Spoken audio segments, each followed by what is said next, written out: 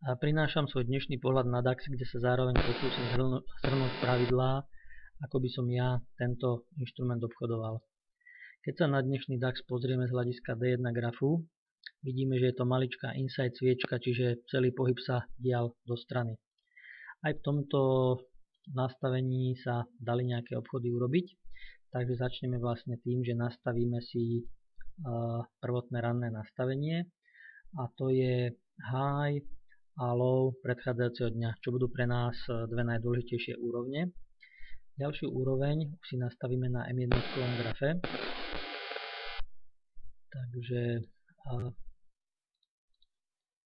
Takže po dosiahnutí maxima do 9. hodiny si nastavíme ďalšiu SR-kovú úroveň. Od rána sa nám DAX vyvíjal pomerne zaujímavo. Prvú SR úroveň prerazil bez váhania. Pri ďalšej SR úrovni, kde vytvoril vlastne po prieraze návrat, tak tam podľa pravidiel rátame 4 sviečky, čiže prieraz SR úrovne 1 sviečka, 2, 3 a 4. Nastavujem do týchto miest limitný príkaz, stop loss 8 a idem minimálne 1 ku 3. V tomto prípade bolo rozumné ísť po SR úroveň, ktorá je low z minulého dňa. Ja som ten prvý vstup zmeškal a zobralo ma do obchodu až neskôr, čo už by som vylúčil podľa pravidel, by som do toho nákupu nešiel, ale do obchodu som sa predsa dostal. Tým, že som mal nastavený target 1 ku 3, tak vlastne po dosiahnutí dvojnásobku som išiel na break-even, na ktorom som aj ukončil obchod. To bol vlastne obchod z dnešných obchodov, tento za 6,48 českých korún. Cena prerazila SR-ku naspäť, čiže znova rátam prvú, druhú, tretiu, štvrtú sviečku, umiestňujem čakací príkaz, čakací príkaz ma nakúpil v tomto bode a cena sa šplhala hore, opäť som nevyužil možnosť ukončiť obchod na nejakých 18 pipoch, čo by bolo zhruba niečo cez 1 ku 2,2 povedzme, ale išiel som na break-even, lebo to som samozrejme ešte nevedel, že DAX sa celý deň bude plácať od SR-ky k SR-ke. Takže končíme na break-evene a ideme do ďalšieho obchodu. Znova prieraz, prvá sviečka, druhá, tretia a štvrtá, nastavujem čakací je nastavený a v tomto prípade som si vybral ako stop loss nie klasický stop loss, ale trendline. Čiže cena po zakolísaní išla smerom k trendline, kde sa nakúpila opačná pozícia a po ukončení obidvoch pozícií som dostal jeden plný stop loss a jedných 30 českých navyše, čiže zhruba 100. V R-kovom vyjadrení približne 1,5 R ma to stal vlastne tento obchod. Cena sa dostala k ďalšej SR-ke, ktorú znovu otestovala a prerazila. Po raz, 2, 3, 4 sviečkach nastavujem limitný príkaz.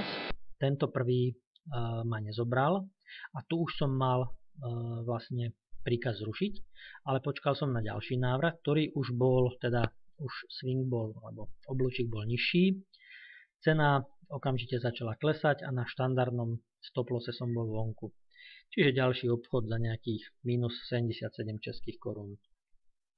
Dostali sme sa k SR zóne, ktorú sme opätovne otestovali a po prieraze prvej sviečky, raz, 2, 3, 4, nastavujem limitný príkaz a stop loss nejakých, zvyknem dávať okolo 8, tento mal nejakých 88. Stop loss bol klasický, nebola to trendline, ale pokiaľ by som použil trendline, tak zostanem v obchode a mohol som v podstate zobrať po túto rannú už raz testovanú SR-ku obchodu veľkosti nejakých 20 pipov, čiže povedzme obchod 1 ku 2, čo by v dnešnom dni bolo úplne geniálne.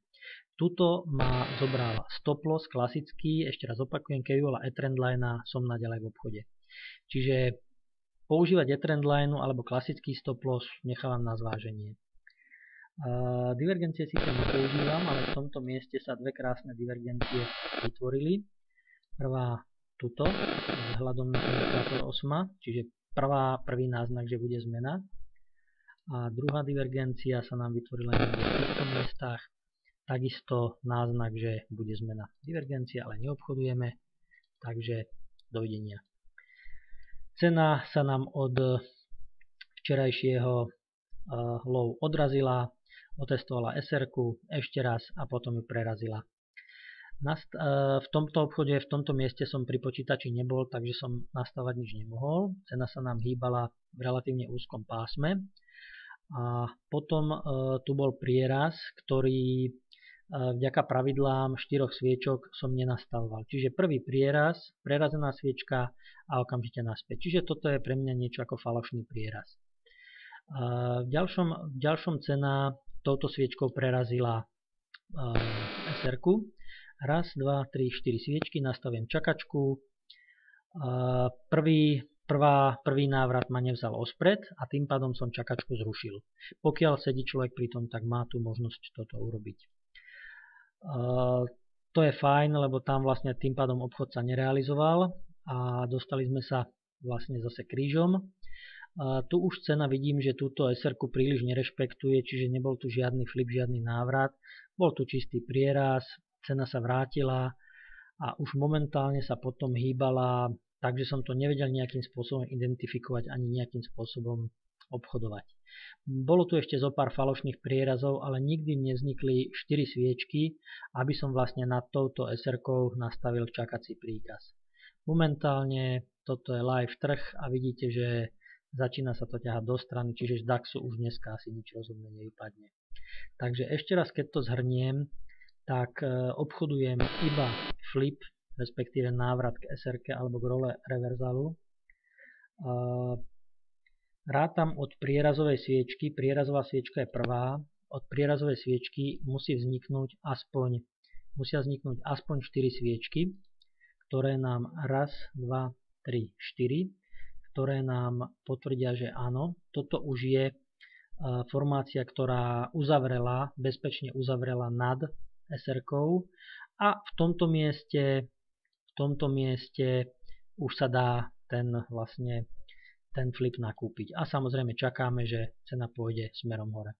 Takže toto je jediný pattern, ktorý by som bral s stop lossom 8 pips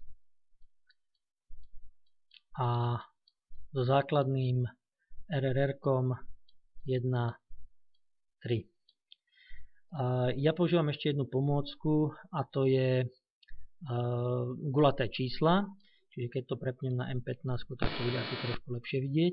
Čiže 750, 700, 10, 650, vlastne gulaté čísla, na ktoré máme odsledované, že DAX zvykne tiež reagovať, takže je to tiež pomôcka, ktorú je možné používať.